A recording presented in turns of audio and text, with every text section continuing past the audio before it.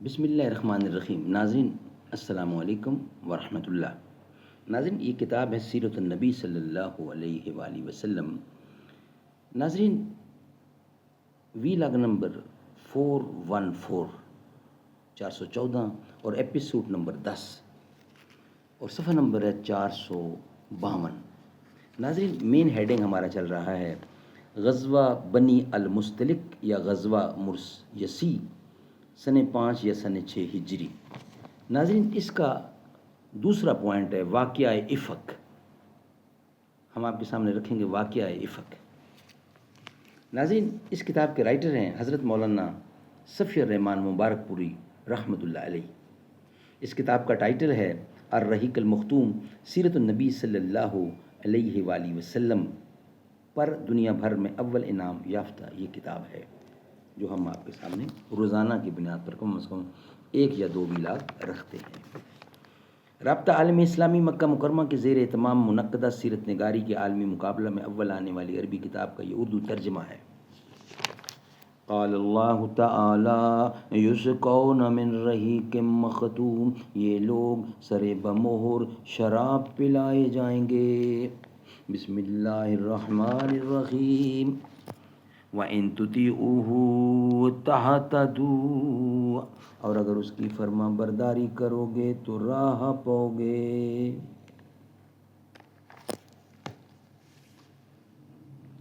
نحمده ونصلي على رسوله الكريم. بسم اللہ الرحمن الرحیم.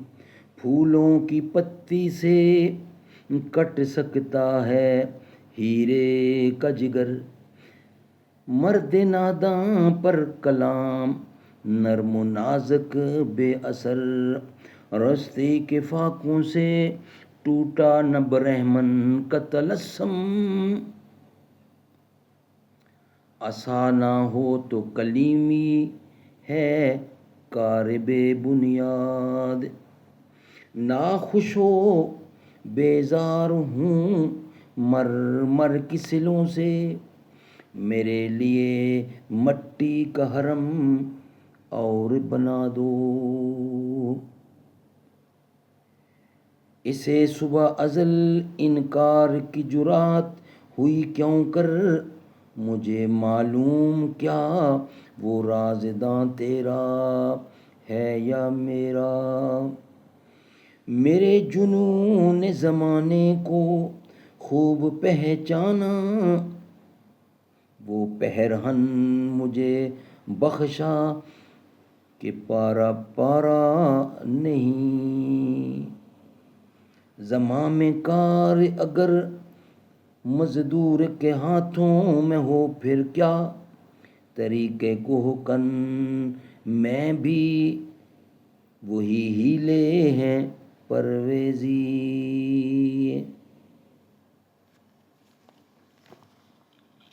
واقعہ افق اس غزوے کا دوسرا نام اور دوسرا اہم واقعہ، اسی غزوے کا دوسرا اہم واقعہ افق کا واقعہ ہے. اس واقعے کا ماحصل یہ ہے کہ رسول اللہ صلی اللہ علیہ وآلہ وسلم کا دستور تھا کہ سفر میں جاتے ہوئے ازواج مطہرات کے درمیان قرعہ اندازی فرماتے، جس کا قرعہ نکل آتا اسے ہمراہ لے جاتے. اس غزوے میں قرہ حضرت عائشہ صدیقہ رضی اللہ عنہا کے نام نکلا اور آپ انہیں ساتھ لے گئے. غزوے سے واپسی میں ایک جگہ پڑاؤ ڈالا گیا. حضرت عائشہ صدیقہ اپنی حاجت کے لیے گئیں اور اپنی بہن کا ہار جسے عاریتاً لے گئی تھیں کھو بیٹھیں. احساس ہوتے ہی فوراً اس جگہ واپس گئیں جہاں ہار غائب ہوا تھا. اسی دوران وہ لوگ آئے جو آپ کا ہودج اونٹ پر لادا کرتے تھے. وہ لوگ آئے، حضرت عائشہ وہاں موجود نہ تھیں، وہ یہ سمجھتے ہوئے کہ اندر بیٹھی ہیں جو آپ کا ہودج اونٹ پر لادا کرتے تھے، انہوں نے سمجھا آپ ہودج کے اندر تشریف فرما ہیں، اس لیے اسے اونٹ پر لاد دیا اور ہودج کے ہلکے پن پر نہ چونکے، یعنی کوئی فیلنگ نہ کی، کیونکہ حضرت عائشہ صدیقہ ابھی نو عمر تھیں، بدن موٹا اور بوجھل نہ تھا، نیز چونکہ کئی آدمیوں نے مل کر ہودج اٹھایا تھا، اس لیے بھی ہلکے پن پر تعجب نہ ہوا، اگر صرف ایک یا دو آدمی اٹھاتے تو انہیں ضرور محسوس ہو جاتا۔ بہرحال حضرت عائشہ صدیقہ رضی اللہ عنہا ہار ڈھونڈ کر قیام گاہ پہنچیں تو پورا لشکر جا چکا تھا اور میدان بالکل خالی پڑا تھا، نہ کوئی پکارنے والا تھا نہ جواب دینے والا۔ وہ اس خیال سے وہیں بیٹھ گئیں کہ کہیں لوگ انہیں نہ پائیں گے تو پلٹ کر وہیں تلاش کرنے آئیں گے، لیکن اللہ اپنے امر پر غالب ہے، وہ بالائے عرش سے جو تدبیر چاہتا ہے کرتا ہے۔ چنانچہ حضرت عائشہ صدیقہ کی آنکھ لگ گئی اور وہ سو گئیں۔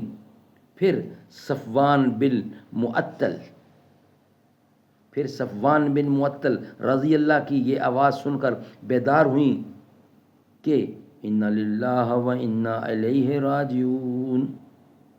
رسول اللہ کی بیوی، وہ پچھلی رات کو چلا آ رہا تھا، صبح کو اس جگہ پہنچا جہاں آپ موجود تھیں۔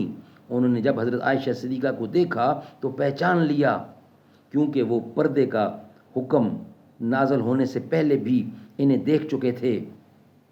انہوں نے انا للہ و انا الیہ راجعون پڑھی اور اپنی سواری بٹھا کر حضرت عائشہ صدیقہ کے قریب کر دی۔ حضرت عائشہ صدیقہ اس پر سوار ہو گئیں۔ حضرت صفوان نے انا للہ کے سوا زبان سے ایک لفظ نہ نکالا، چپ چاپ سواری کی نکیل تھامی اور پیدل چلتے ہوئے لشکر میں آ گئے۔ یہ ٹھیک دوپہر کا وقت تھا اور لشکر پڑاؤ ڈال چکا تھا۔ انہیں اس کیفیت کے ساتھ آتا دیکھ کر مختلف لوگوں نے اپنے اپنے انداز پر تبصرہ کیا اور اللہ کے دشمن خبیث عبداللہ بن ابی کو بڑھاس نکالنے کا ایک اور موقع مل گیا۔ چنانچہ اس کے پہلو میں نفاق اور حسد کی جو چنگاری سلگ رہی تھی، اس نے اس کے کرب پنہا کو عیاں اور نمایاں کیا، یعنی بدکاری کی تہمت تراش کر واقعات کے تانے بانے بنتا، تہمت کے خاکے میں رنگ بھرنا اور اسے پھیلانا، بڑھانا اور ادھیڑنا اور بننا شروع کیا۔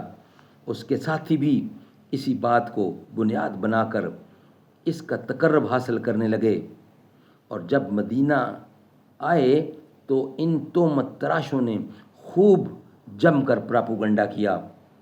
ادھر رسول اکرم صلی اللہ علیہ وسلم خاموش تھے، کچھ بول نہیں رہے تھے، لیکن جب لمبے عرصے تک وحی نہ آئی تو آپ نے حضرت عائشہ صدیقہ سے علادگی کے متعلق اپنے خاص صحابہ سے مشورہ کیا۔ حضرت علی رضی اللہ نے صراحت کیے بغیر اشاروں میں مشورہ دیا کہ آپ ان سے علادگی اختیار کر کے کسی اور سے شادی کر لیں، لیکن حضرت اسامہ وغیرہ نے مشورہ دیا کہ آپ انہیں اپنی زوجیت میں برقرار رکھیں اور دشمن کی بات پر کان نہ دھریں۔ اس کے بعد آپ نے منبر پر کھڑے ہو کر عبداللہ بن ابی کی اظہار رسانیوں سے نجات دلانے کی طرف توجہ دلائی۔ اس پر حضرت سعد بن معاذ اور اسید بن حذیر نے اس کے قتل کی اجازت چاہی، لیکن حضرت سعد بن عبادہ پر، جو عبداللہ بن ابی کے قبیلہ خزرج کے سردار تھے، قبائلی حمیت غالب آ گئی اور دونوں حضرات میں ترش کلامی ہو گئی، جس کے نتیجے میں دونوں قبیلے بھڑک اٹھے۔ رسول اللہ نے خاصی مشکل سے انہیں خاموش کیا، پھر خود بھی خاموش ہو گئے۔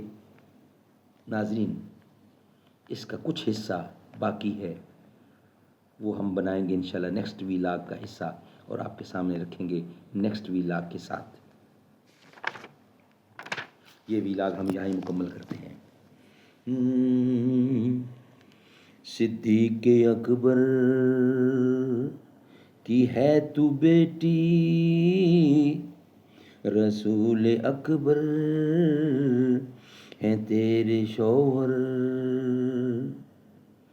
اے امی عائشہ تیرے مقدر، قطع قیامت نہ کوئی ہمسر،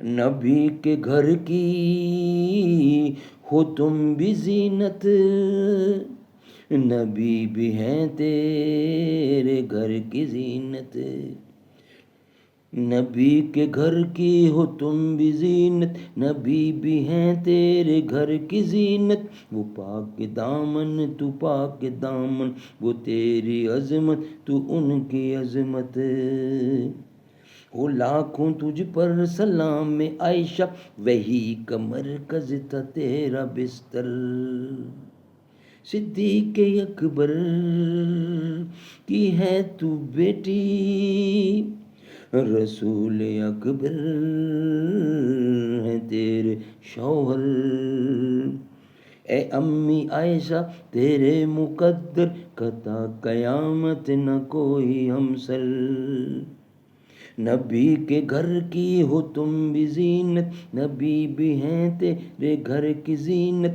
وہ پاک دامن تو پاک دامن، وہ تیری عظمت تو ان کی عظمت، وہ لاکھوں تجھ پر سل میں عائشہ، وہی کا مرکز تھا تیرا بستر۔